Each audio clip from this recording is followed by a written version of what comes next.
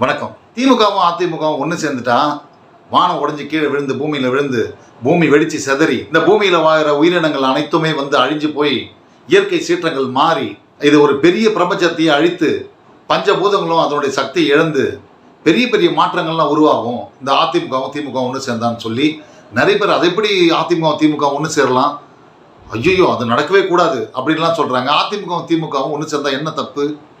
திமுகவுக்கும் என்னதான் ஆரம்பத்தில் சண்டை, போஸ்டர் ஓட்டுறதுல இருக்கும், விளம்பரம் பண்ணுறதுல இருக்கும், இல்லை பொதுக்கூட்டம் நடத்துறதுல இருக்கும். இவங்க தலைவரை இவங்க பெருமையாக பேசுவாங்க, அவங்க தலைவரை அவங்க பெருமையாக பேசுவாங்க.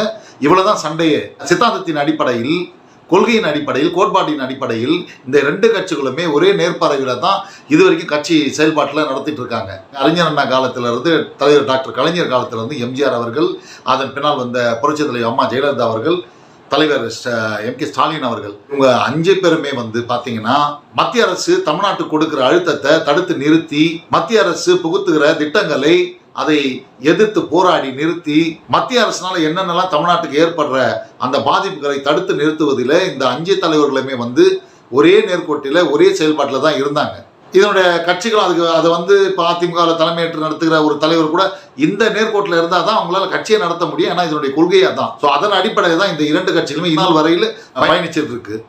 அப்படி இருக்கும்போது இன்னைக்கு திராவிடத்தை ஏற்று இந்த 2 கட்சிகளுமே இருக்கிற ஒரு காலகட்டத்தில் இருக்கும்போது இந்த திராவிடமே இன்னைக்கு அழிய போகிற சூழ்நிலை இருக்கு.